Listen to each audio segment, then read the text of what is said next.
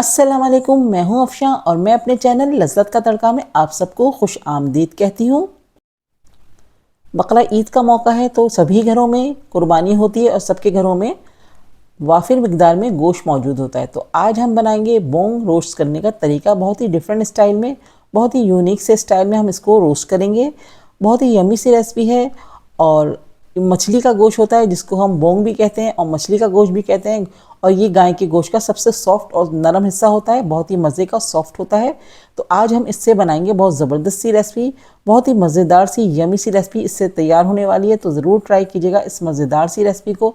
Recipe पसंद आए तो प्लीज़ लाइक ज़रूर कर दीजिएगा, फ्रेंड्स एंड फैमिली में शेयर कर दीजिएगा और कमेंट सेक्शन में अपना फीडबैक ज़रूर दीजिएगा। तो चलिए इस मज़ेदार सी और यमी सी रेसिपी को बना लेते हैं।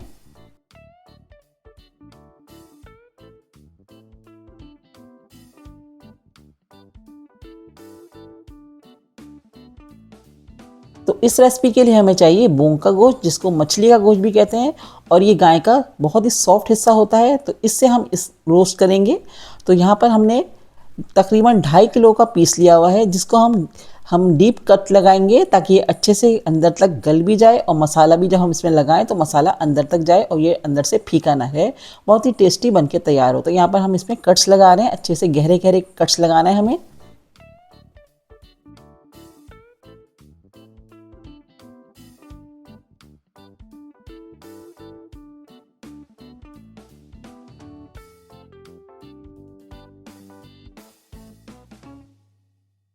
तो देखिए यहाँ पर हमने अच्छे से इसमें अंदर तक कट्स लगा दिए। अब हम इसको सिरके में के पानी में डिप करके रखेंगे। तो यहाँ पर हमने तकरीबन इतना पानी लेना है कि इसमें डिप हो जाए। तो यहाँ पर हमने 3 टेबलस्पून इसमें सिरका डाल दिया है और 1.5 टेबलस्पून इसमें हमने सॉल्ट डाल दिया है।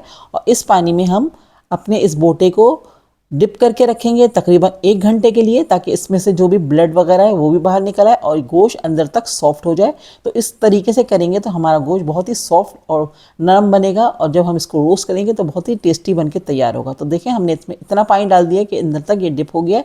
और अब हम इसको 1 घंटे के लिए छोड़ देंगे। तो 1 घंटे के बाद देखिए इसका कलर भी चेंज हो गया, इसमें जितना ब्लड था वो भी बाहर आ गया।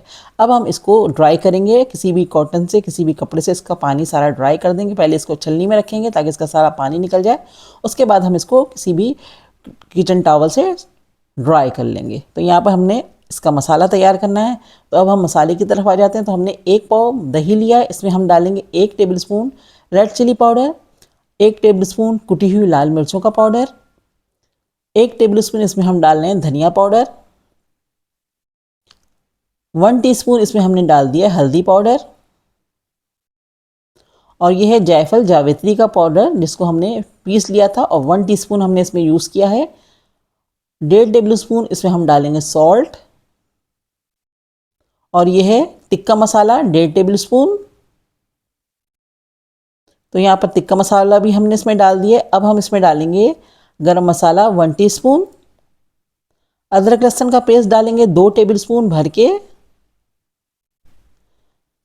1/4 टीस्पून इसमें हमने डाल दी अजवाइन, और 2 टेबलस्पून इसमें हम डाल रहे हैं सोया सॉस, 2 टेबलस्पून इसमें हम डालेंगे चिली सॉस,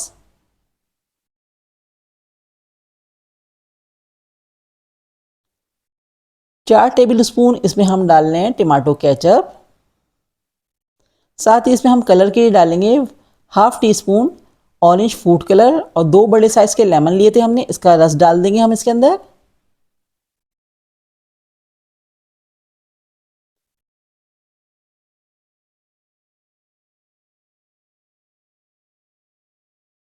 तो देखिए ये सारे हमारे मसाले थे जो हम इसमें लगाएंगे अपने बोंग के ऊपर। तो यहाँ पर हम इसको अच्छे से मिक्स कर लेंगे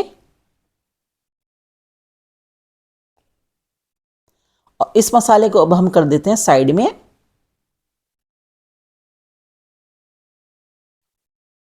तो यहाँ पर हमने अपने बोटे को भी अच्छे से ड्राई कर लिया था, पहले छलनी में रखा था, उसके बाद इसको हमने किसी भी किचन टॉवल से अच्छे से ड्राई कर लिया। अब हमने एक बड़ी कढ़ाई ली है, इसमें हमने इतना ऑयल डाला है कि ये हमारा जो बोटा है अच्छे से इसमें फ्राई हो जाए। तो इस तरह से फ्राई करके जब हम इसको रोस्ट करेंगे तो बहुत ही मज़े की बनके तैयार होगी ये बोटा। तो यहाँ पर हम अच्छी तरह से चारों तरफ से घुमा फिरा के इसको अच्छे से कलर दे रहे हैं। तो बहुत ख्याल से ये काम कीजिएगा क्योंकि काफ़ी वज़नी है, तो किसी की हेल्प से ये आप काम कीजिएगा तो अच्छी तरह से हमारा इस बोटे पे अच्छा सा कलर आ गया। अब इसको हमने ठंडा होने के बाद इस पे जो हमने मसाला तैयार करके रखा है वो बहुत अच्छे से इस पर हम मसाज करते हुए लगा देंगे, अंदर तक कट्स में भी लगाएंगे तो बहुत अच्छा सा ये तैयार होगा। बहुत ही ज़बरदस्त सा ये मसाला है।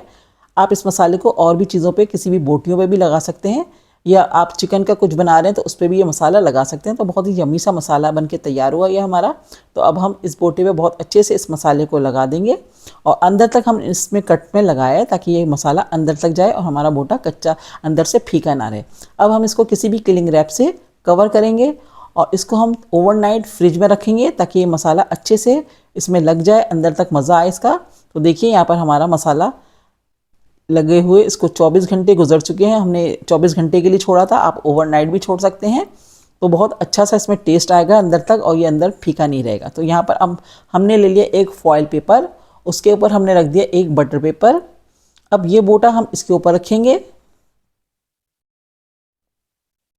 अब बटर पेपर से इस बोटे को हम अच्छे से कवर करेंगे।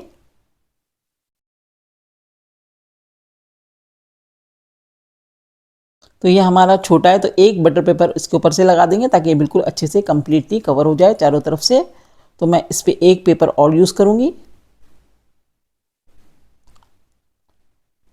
अब हम इसको फॉइल पेपर से अच्छे से पैक करेंगे क्योंकि हमें इसको स्टीम में पकाना है, तो इसको हम बहुत अच्छे से फॉइल पेपर से कवर कर रहे हैं। तो यहाँ पर देखिए हमने बहुत अच्छे से इसको कवर कर दिया है।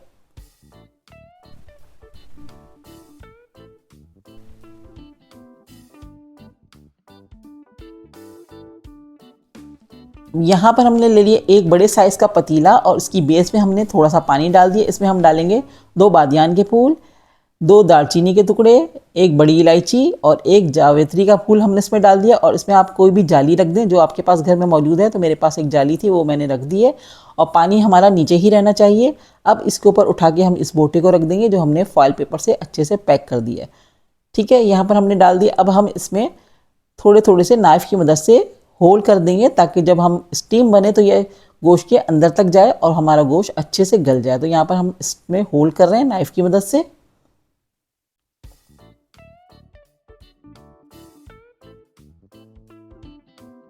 तो अब हम इसको कवर कर देंगे और इसको रखेंगे अब हम अपने चूल्हे पे। और देखिए इस तरह की हमें हमें फ्लेम चाहिए, बहुत ज़्यादा हाई फ्लेम नहीं चाहिए। तो इसको अब हम कवर करके पकाएंगे, तकरीबन 1.5 से 2 घंटे लगेंगे। इसको स्लो फ्लेम पे ही पकाएंगे और आप चेक कर सकते हैं इसको हल्का सा हटा के कि आपका गोश्त गला है या नहीं गला है। आप 2 घंटे भी इसको दे सकते हैं। तो यहाँ पर हमारा गोश्त अच्छे से अंदर तक टेंडर हो गया है, बहुत अभी गर्म है। मैं आपको थोड़ा सा खोल के दिखाती हूँ। तो यहाँ पर देखिए ज़बरदस्त सा अंदर से स्टीम आ रही है और बहुत ज़बरदस्त सा बन के तैयार हुआ है। बहुत ही ज़बरदस्त सी इसमें खुशबू आ रही है। तो यहाँ पर हमारा इसको हम थोड़ी सी देर के लिए अलग करते हैं। इसके लिए हम थोड़ी सी वेजिस को फ्राई करके इसके साथ सर्व करेंगे। तो यहाँ पर हमने पोटैटोज़ लिए थे जिसको हमने बॉयल किया हुआ था, थोड़ी सी अनियंस हैं और हरी मिर्चें हैं।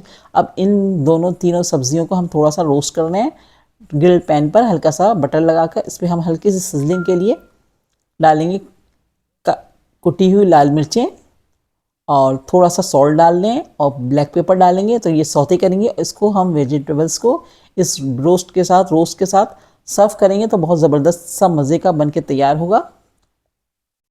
तो यहाँ पर हल्का सा जैसे ही इसको कलर आएगा तो हम इसको निकाल लेंगे।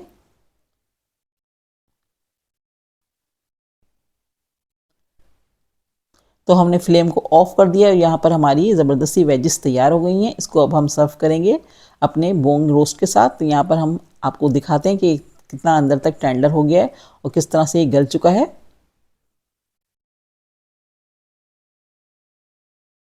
बहुत ही मज़े का बन के तैयार होता है। ज़रूर ट्राई कीजिएगा इस ईद पर, आपको बहुत मज़ा आएगा और आप इसको ऐसे ही खाइएगा, बहुत मज़े का लगेगा। सलाद, रायते, चटनी के साथ सर्व कीजिएगा, बहुत ही मज़े का यम्मी सा बन के तैयार होगा। अब हम इस पर जो हमने वेजेस बनाई थी, रोस्ट करके रखी थी, इसको हम सर्व करेंगे। साथ ही इसमें हम और अनियन, लेमन्स और टमाटर्स वगैरह डालेंगे और साथ में इसके लिए हमने एक ज़बरदस्त सा रायता ये तैयार किया हुआ है। रायते के साथ इसको सर्व करेंगे।